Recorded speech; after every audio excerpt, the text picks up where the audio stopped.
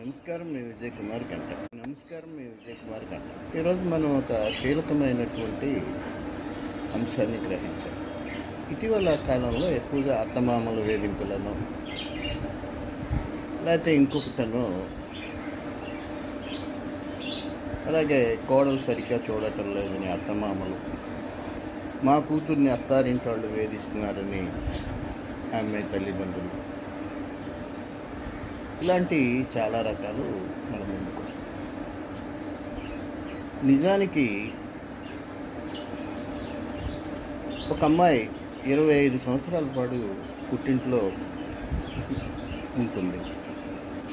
పుట్టింట్లో ప్రేమను చూస్తుంది, ఆప్యాయతను చూస్తుంది, అభిమానాన్ని చూస్తుంది, అన్నదమ్ముల నుంచి ప్రేమను చూస్తుంది, వాళ్ళ నుంచి ద్వేషాన్ని చూస్తుంది, అలాగే తల్లిదండ్రుల చికాకును కూడా భరిస్తుంది. తర్వాత చివరికి అక్కడ సంతోషంగానే ఉంటుంది.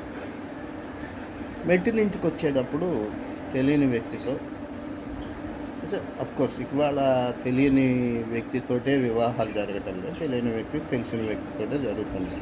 వస్తారు. వచ్చినప్పుడు ఆ ఇంటి వాతావరణం కొంత భిన్నంగా ఉంది అనే భావన తోటే వస్తారు. వచ్చేటప్పుడు కూడా వాళ్ళని ఒక విధంగా తల్లిదండ్రులు మోటివేట్ చేస్తారు. ఇదే చాలా తప్పు. నువ్వు మళ్ళీ పుట్టింటి నుంచి పుట్టింటికి వెళ్తున్నావు అనే కాన్సెప్ట్ వృద్ధి చేయాల్సినటువంటి అవసరం ఉంది.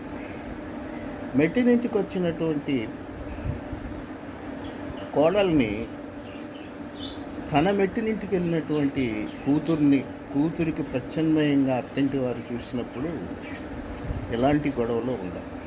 అలాగే అత్తామామల్లో తల్లిదండ్రులను చూసుకోగలిగినప్పుడు ఎలాంటి గొడవలు. ఇది సింపుల్ లాజిక్. ఇదే నేనేదో మీకు అనుభవసారంతో వేదాంత దూరంలో చెప్తాను. చాలా వరకు ఒక జోవియల్నెస్ అలవాటు చేసుకోనందువల్ల మాత్రమే ఈ పరిస్థితి ఏర్పడింది. అత్తమామలు కోడలు రాగానే బిగిసి కూర్చోవటం కాదు, అమ్మాయిని చక్కగా ఆదరించటం, కూతురుంటే ఎలా ఉండేదో, ఎలా మాట్లాడేవాళ్ళు, ఎలా చేసేవాళ్ళు చేయటం ఒక ఎత్తు. అలాగే తండ్రిని తల్లిని ఎలా చూసుకునేవాళ్ళు అలా చూసుకోవడం. ముందు అత్తమామలు ఒక విషయం గ్రహించారు. ఈ అమ్మాయి ఎలా పుట్టింట్లో ఉండేది అనేది తెలుసుకోవాలి. అదే రకమైనటువంటి వాతావరణం తన ఇంట్లో కల్పించగలిగితే అసలు గొడవలే ఉంటాయి. ఇప్పటి రోజుల్లో తల్లిదండ్రుల దగ్గర, అత్తమామల దగ్గర ఉండేవాళ్ళు చాలా తక్కువ.